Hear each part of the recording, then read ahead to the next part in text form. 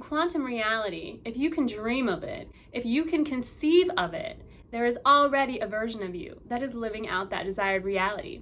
So how do you get there? If you can believe it 100% and commit to it completely, you can arrive there and step into that highest timeline. Welcome, beautiful star beings, to another episode of Galactic Mermaid Magic with Meagan Mermaid. This is the place where we dive deep into all things manifesting, mindset, law of attraction, and more. I'm Meagan Mermaid, and I am a mermaid mindset coach and galactic guide, and I am here to help you heal your heart and manifest your dream life with the magic of the mermaids of Sirius. If you'd like to sign up for one-on-one coaching to become the star of your reality and the artist of your fairy tale life, you can visit that link in description below or check out my website at meaganmermaid.com. And if you like this message, please make sure to hit that thumbs up and subscribe by hitting that notification bell as well. This will allow you to be notified of all future Galactic Mermaid messages, and your generosity is helping millions to receive the message that they too are the artist of their fairy tale life. So thank you.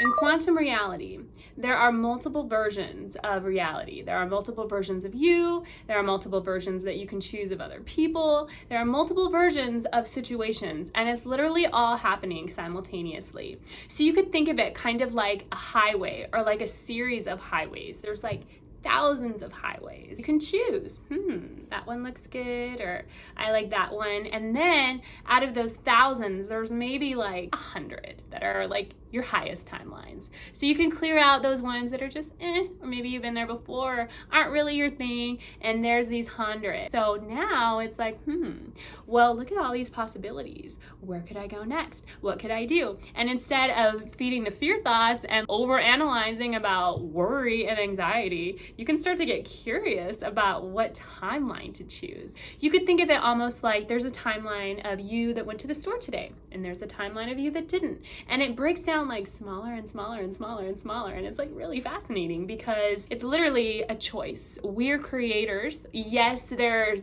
the reality, the pathway is already paved, as you can say, but we are the creators where we get to choose it, and we get to then step through that timeline and start building on that one. It takes a willingness to get clear about your thoughts, and it takes a desire that is powerful enough that's sparking you and sparking that belief to jump timelines. And what else is really cool is that there are multiple versions of you and multiple versions of other people. You could imagine that it's like this closet, and you open the closet and there's millions of you on this rack, and you're like, which one looks best? I'll choose this me. You are choosing you, your version of you, for your star of your reality, your star of your show. And then you open another closet and there's your co-stars. Start to rebuild them and add in maybe the qualities that you really like, and maybe get rid of some of those that are just you've been there, they're not your favorite.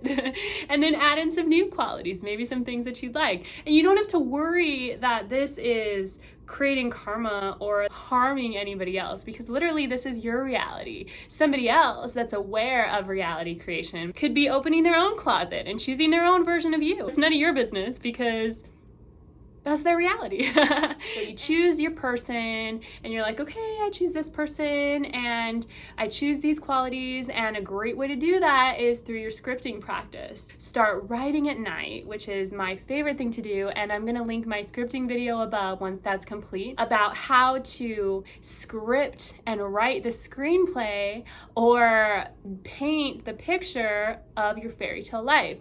This is best done before you go to bed. The state akin to sleep is when your mind is most open for new neural pathways and new reality creation. This might seem kind of out there, but follow along. Hear me out. So then once you have your co-stars and you've chosen your reality and you've chosen the highest timeline for you in that moment where you want to go, another great thing to remember is that if you don't like the timeline, you can always jump to another one in any moment. And it might feel like this is impossible, but we're actually doing this in every moment. But we're generally thinking thoughts that are so the same that it feels like our reality is always the same. And that's why sometimes when you have like this huge breakthrough or this huge shift and everything changes, it seems almost chaotic because your thoughts went from so similar all of the time to this big change, and then you saw that change in your external reality, and it was much more sudden, it was much more abrupt.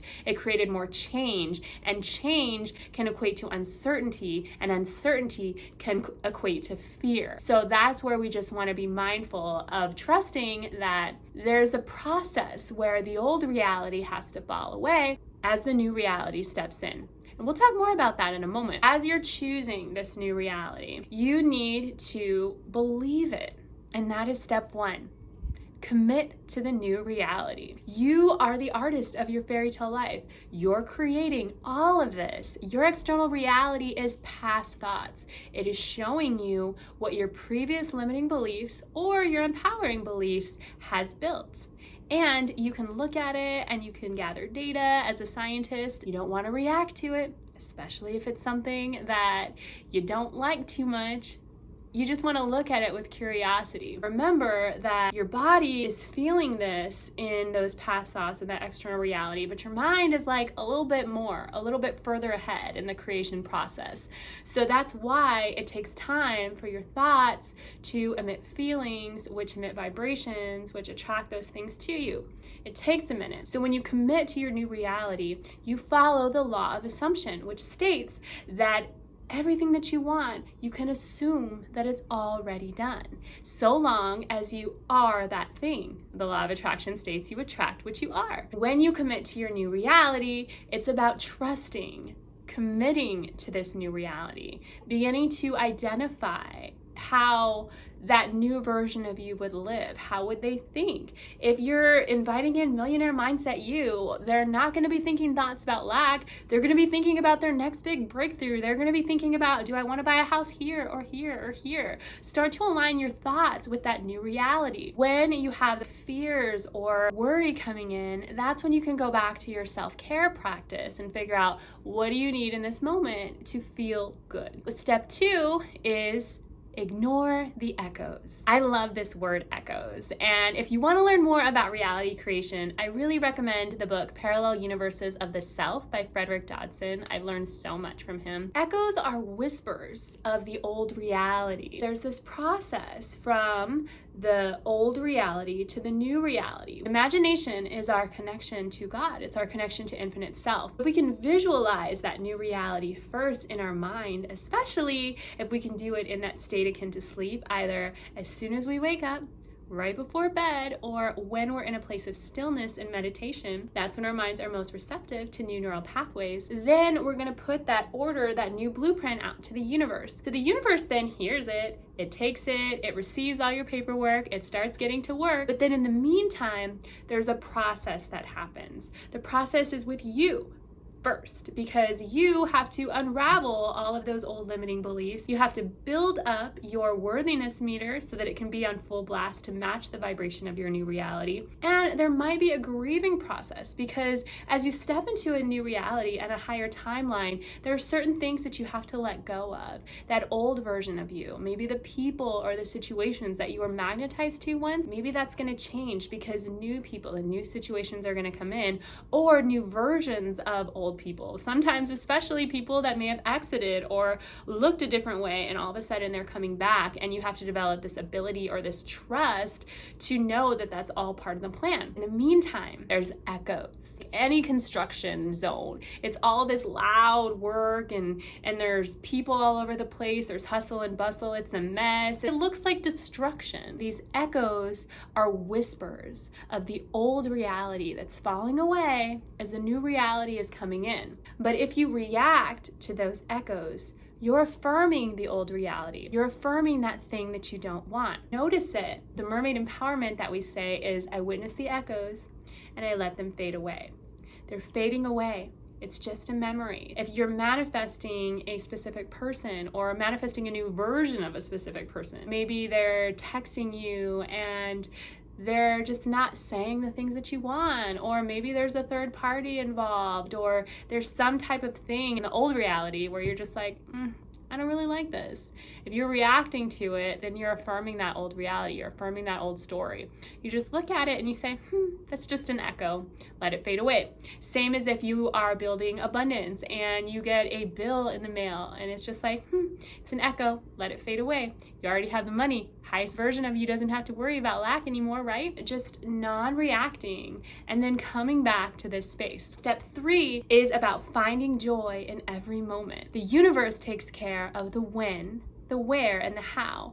You take care of feeling good now. So in reality creation, you want to begin to notice and have joy or gratitude for the present moment. This is about you working on yourself while the universe works out all the details. So whatever it is that you need to do to feel good, whether it's stillness, whether it's self-care, whether it is connecting to your senses, to surround yourself with things that are visually appealing, surrounding yourself with more beauty. What can you do to feel good, and how can you start to find joy in those day-to-day moments? If you're washing your dishes, or if you're walking your dog, or if you're playing with your kids, what if you stopped that mental chatter that's going on all the time, and instead you chose to dive really deep into that act that was happening right now? What would change? What would shift? What would you notice? What would you be grateful for? What would you see and focus on? Because that focus, that attention that comes through the space of stillness is where that natural state of happiness can come through. Happiness and bliss is actually your natural state. But we've been programmed and conditioned to think that we have to work hard or that we have to suffer. But the mermaids teach to be first and then do. And it's in that beingness that you'll know what to do. So when you allow yourself to be still and receptive, you embody that feminine energy where you don't have to chase anything. You attract it. And you can even do it in your body language where you put your shoulders back, you stand up straight, you tilt your lower body and your hips forward, and you become grounded. You can even put your hands up, and it's just this signal that you're allowing the universe to come to you. You're allowing those desires to come to you. Whatever you need to do to feel good, just do it and explore the things that make you feel good. Continue to feed your mind, remembering to focus on affirmations, focusing on positive things. You might want to really start to get clear about what you're listening to. And sometimes that could mean that you're listening to conversations from people in your life, and maybe you allowed that negative talk to be okay, but you might want to separate yourself from those kinds of conversations, and it might mean taking space from certain people or certain situations. Reality creation is a very sensitive process. You are literally reinventing yourself, and yeah, it takes a moment for your consciousness to step into that new reality, but it takes a little bit longer for your new reality to meet you there. In this place where you're extra sensitive, you want to make sure that you're filling your own cup first so that you're overflowing with love,